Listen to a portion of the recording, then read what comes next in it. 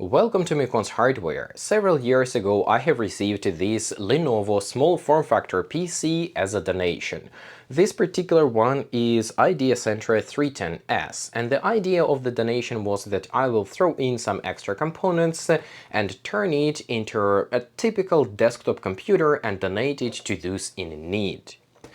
Back then, I have tested this Lenovo machine and found it to be so slow and so useless that I didn't want to even bother upgrading it. At the same time, I hate recycling functional hardware, and I could not do that for something I have received as a donation.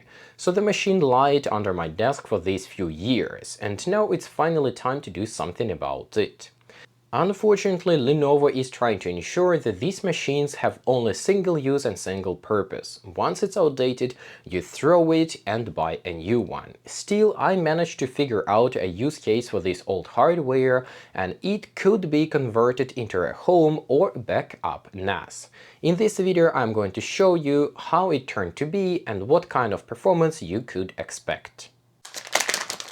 Okay, so here is this pathetic Lenovo IdeaCentre, and this one in particular is IdeaCentre 310S 08 IAP. It comes with no SSD, with 1 TB hard drive, and with 4 GB of memory.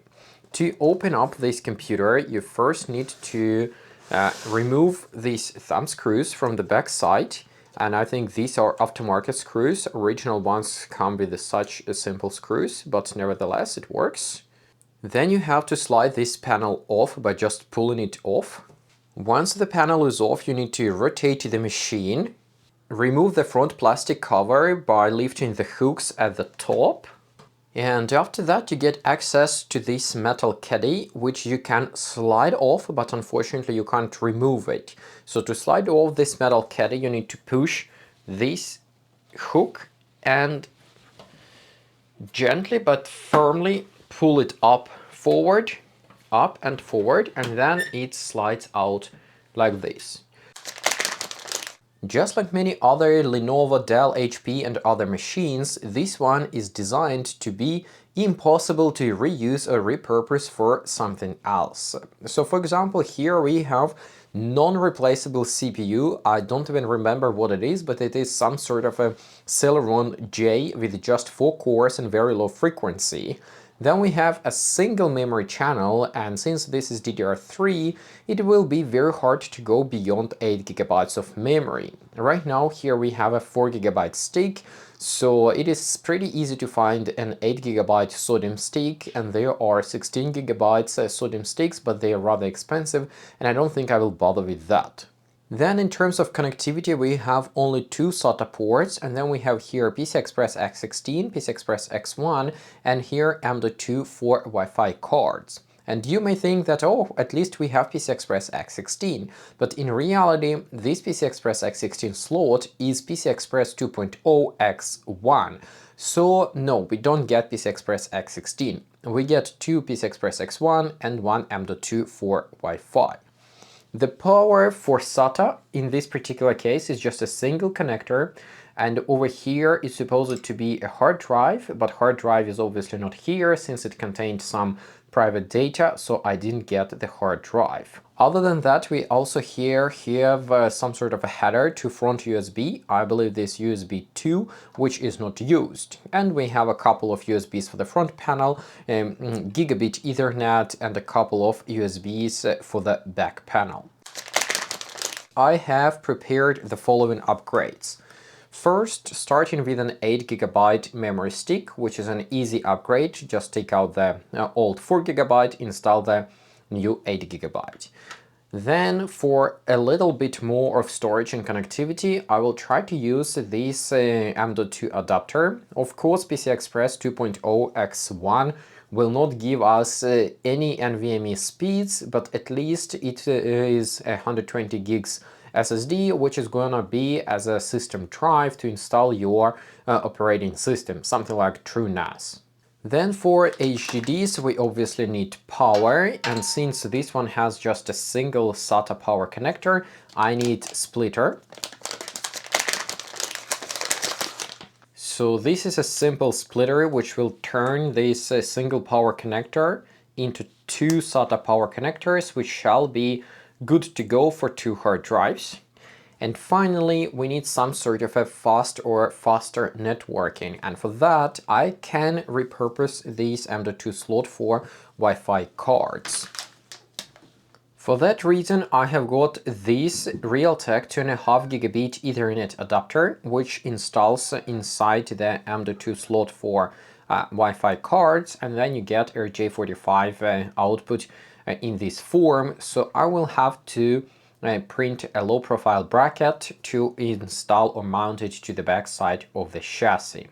So you are obviously thinking, where is going to be the second hard drive, since this chassis has place only for one hard drive over here? And I have exactly the same question. Over here we have a bunch of free space, so I plan to design a bracket to install a hard drive in this space, so it will be pretty secure and will occupy this space. After some design struggles and after a few printing iterations, I finally came up with this final solution that I'm going to use. So this is a bracket which can host one hard drive over here and two 2.5-inch SSDs at the top. So if you would want to use this as a NAS with the two 2.5-inch SSDs, you can install them here. Also, since we have this PCI Express X1 slot free, it is possible to add here another SATA adapter and maybe turn it into a 4-way NAS with the two HDDs and two SSDs over here. Installation of this plastic bracket is pretty simple. First, you have to install the hard drive itself. I am going to test with just two 640GB hard drives because I have two identical ones and it's good to just test how it's gonna all work out. So the HDD simply slides into the bracket like this, and then you align it with the holes and just secure it with a couple of screws. And here you need to make sure that this hole and this hole are not covered, because these are the mounting holes for the bracket inside the chassis. So for that reason, I made it possible to slightly move it with these screws, so kind of like this. So this hole is available, this hole is available, and now let's screw it from the other side as well. If you plan to use 2.5-inch SSD drives, then it would be time to install the SSDs as well, otherwise this is ready to be installed into the chassis. Inside the chassis there are three mounting points. One mounting point is this edge of the chassis, so this plastic piece gets into there so it does not slide up or down. And then we have two mounting places with the two screws. So the holes must align like this, and then you simply screw it down with the two motherboard-like screws. It's not ideal solution because if you would want to replace the hard drive, you need to remove the whole bracket, but it's better than nothing. It gets the job done, and you can still close this side, and you can also close this side without this piece breaking into the second hard drive. So I am pretty satisfied with how it turned out to be, and I also have space here to connect the power and the SATA cable. So this is another day. I have designed and printed this bracket to install my 2.5 gigabit Ethernet adapter, and now I will try to put all these upgrades inside and maybe get it started.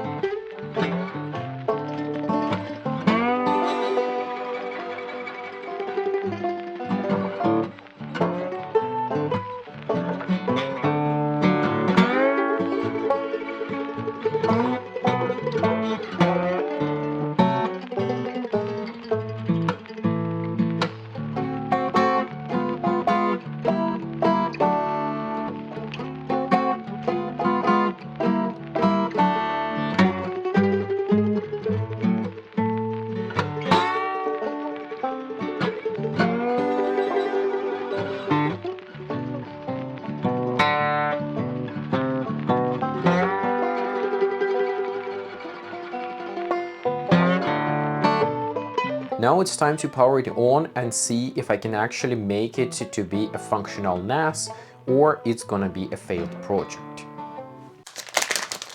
Much to my surprise, the system booted up instantly with all the new hardware installed. And to start with something familiar, I decided to install Windows 11. And here I can say that installation went quick and easy, but installing updates took ages. This CPU is just way too slow for the task.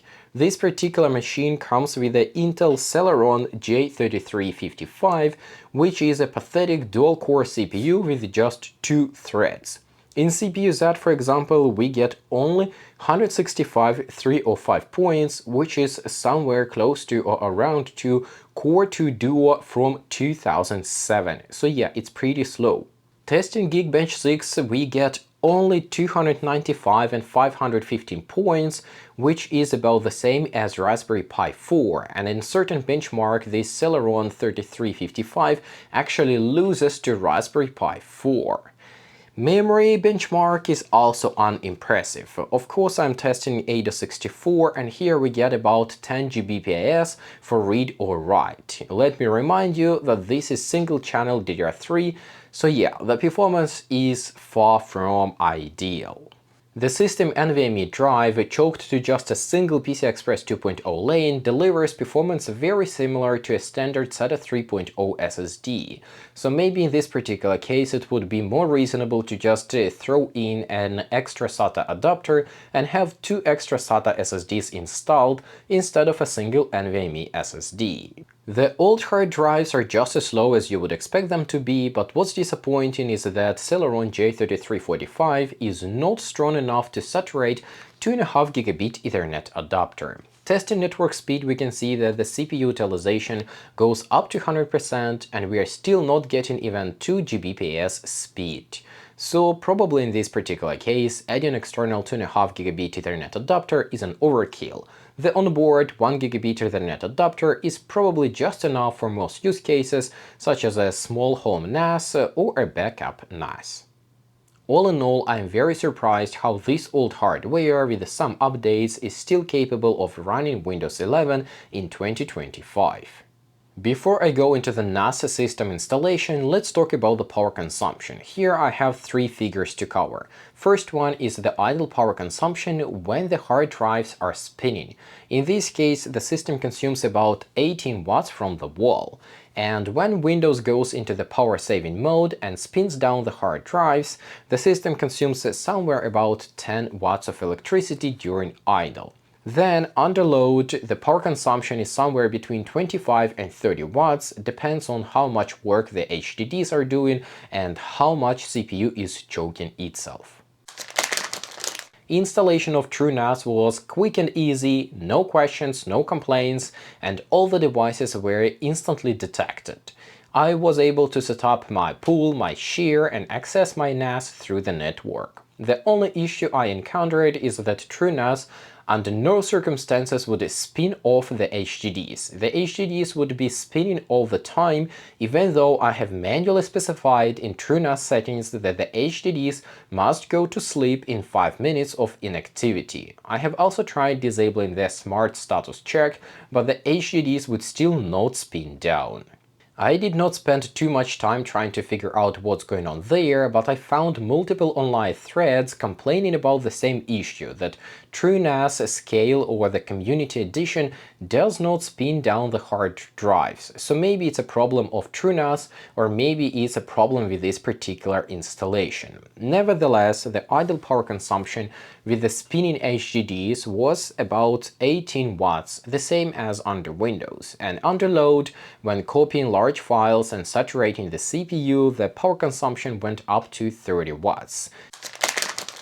Apart of TrueNAS, I have also tried another rather popular operating system for DIY NAS. This one is Rockstor. Rockstor is community-driven, it is free, and it is much simpler than TrueNAS. It is also less hardware demanding than TrueNAS, so it might be a better fit for this IdeaCentre DIY NAS.